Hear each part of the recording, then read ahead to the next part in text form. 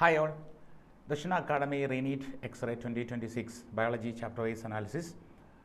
Okay, Human Health and Diseases എന്ന് പറഞ്ഞ ചാപ്റ്ററിനകത്തും ഈ റീനീറ്റിന് എക്സ്ട്രാ ക്വസ്റ്റ്യൻസ് ചോദിച്ചു. ഏതൊക്കെ ക്വസ്റ്റ്യൻസ് ആണെന്ന് നമുക്ക് നോക്കാം. Okay, human health and disease എന്ന് പറഞ്ഞ ചാപ്റ്ററിൽ നിന്നും ഈ റീനീറ്റിന് 3 ക്വസ്റ്റ്യൻസ് ആയിരുന്നു ഉണ്ടായിരുന്നത്. നീറ്റിന് 2 ക്വസ്റ്റ്യൻസ് ആയിരുന്നു ചോദിച്ചിരുന്നത്. നമുക്ക് ആ 3 ക്വസ്റ്റ്യൻസിലേക്ക് ഒന്ന് പോയി വരാം. Okay, question number 144. ക്വസ്റ്റ്യൻ നോക്കി ഏതാണ്?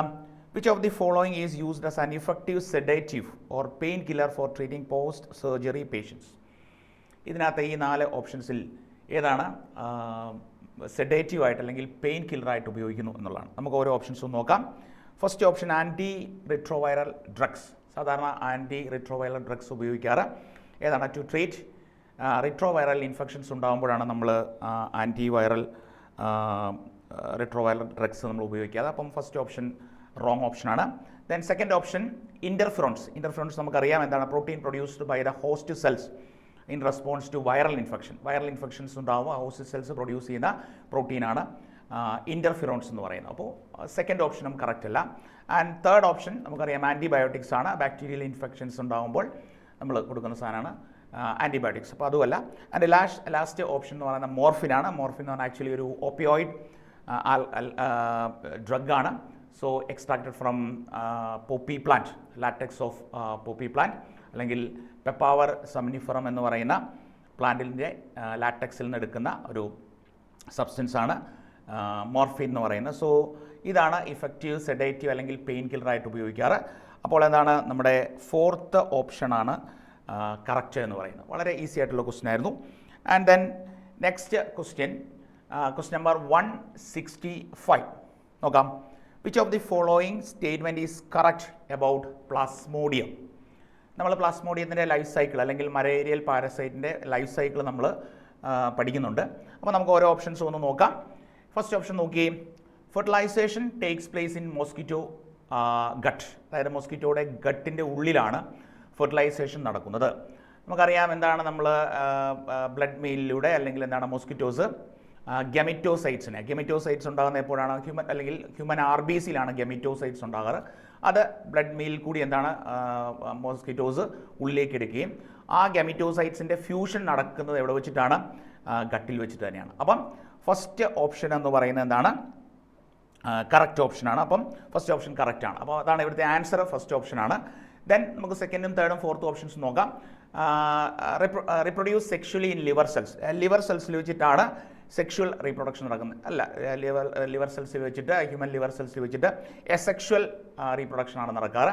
അതുപോലെ തന്നെ റീപ്രൊഡക്ഷൻ എന്താണ്? സെക്ഷുവലി ഇൻ RBCയിൽ വെച്ചിട്ട് സെക്ഷുവൽ റീപ്രൊഡക്ഷൻ നടക്കുന്നു എന്ന് പറയുന്നു. RBCയിൽ വെച്ചിട്ട് എന്താണ്? സെക്ഷുവൽ റീപ്രൊഡക്ഷൻ ആണ് നടക്കാറ്. നമ്മളിപ്പം അത് ആദ്യത്തെ ഓപ്ഷനുമായിട്ട് കറക്റ്റ് ഓപ്ഷനുമായിട്ട് ബന്ധപ്പെട്ട് പറഞ്ഞിരുന്നു.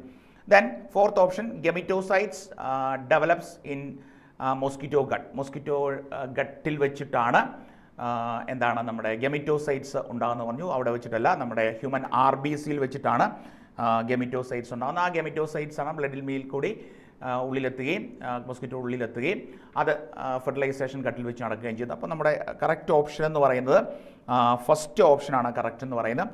അപ്പോൾ ഇനി തേർഡ് ക്വസ്റ്റ്യൻ എന്ന് പറയുന്നത് അല്ലെങ്കിൽ മൂന്നാമത്തെ ക്വസ്റ്റ്യൻ എന്ന് പറയുന്നത് ക്വസ്റ്റ്യൻ നമ്പർ 178 ആയിരുന്നു. 178 നമുക്ക് നോക്കാം.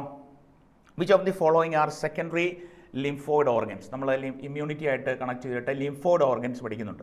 ഓക്കെ, ആ ലിംഫോയിഡ് ഓർഗൻസിനെ നമുക്ക് രണ്ടായിട്ട് തിരിക്കാം. പ്രൈമറി ലിംഫോയിഡ് ഓർഗൻസ് എന്നും ദെൻ സെക്കൻഡറി എന്നും പറയുന്ന 2 ടൈപ്പായിട്ട് നമുക്ക് തിരിക്കാം. അതിനകത്ത് ഏതൊക്കെയാണ് നമ്മൾ പ്രൈമറി ലിംഫോയിഡ് ഓർഗൻസ് എന്ന് ചോദിച്ചാൽ നമുക്കറിയാം ഇതിനകത്തെ bone marrow and thymus. Bone marrow and thymus, ഇത് 2 നമ്മൾ പ്രൈമറി ലിംഫോയിഡ് ഓർഗൻസ് എന്ന് പറയാറ്. അവിടെയാണ് നമ്മുടെ T ലിംഫോസൈറ്റ്, B ലിംഫോസൈറ്റ്സ് ഒറിജിനേഷനും മച്ചുറേഷനും ഒക്കെ നടക്കാറെന്നുള്ള കാര്യം നമ്മൾ അറിയാം. അത് പ്രൈമറി ലിംഫോയിഡ് ഓർഗനാണ്. നമ്മുടെ ചോദ്യം സെക്കൻഡറി ലിംഫോയിഡ് ഓർഗൻസ് ഏതൊക്കെയാണെന്നാണ് ചോദ്യം.